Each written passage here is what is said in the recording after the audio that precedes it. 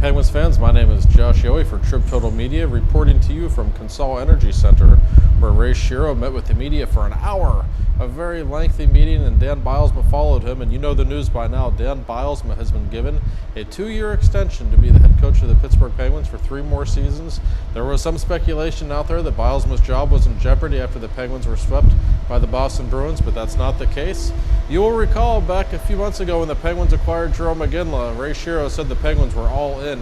Well, he also could have been referring to his management staff, his coaching staff. Everybody's staying put except Joe Milosh, the goaltender coach who is resigning. That means Todd Reardon, Tony Granato, Dan Bylsma will all be behind the bench next season. Probably not shocking. Shero and Bylsma have a very close relationship.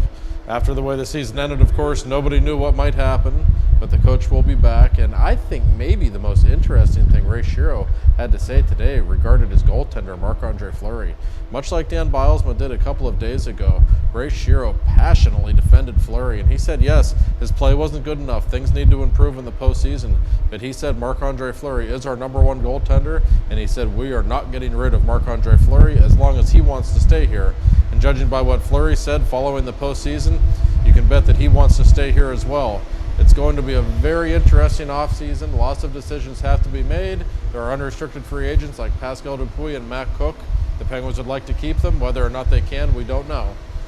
Shero also made something else, however, very clear. Evgeny Malkin is the #1 priority in this summer. He wants to give Malkin a lengthy deal. It will cost the Penguins a lot, but they're willing to make that financial decision. One thing Shero didn't mention, Chris Letang. He has 1 year left on his deal. Can the Penguins re-sign him at the $7 to $8 million per season level that he wants? A lot of people don't think so. Count me as one of them. Could Chris Letang be traded this summer? We don't know. That's about all that Ray Shero did not hint on in his very lengthy session with the media. But the #1 thing for the Penguins right now, Dan Bylsma is still the man. He's got 3 more years left under contract now as this coach, and he will lead the Penguins moving forward in what should be a very interesting summer. For Trib Total Media, I'm Josh Yohe.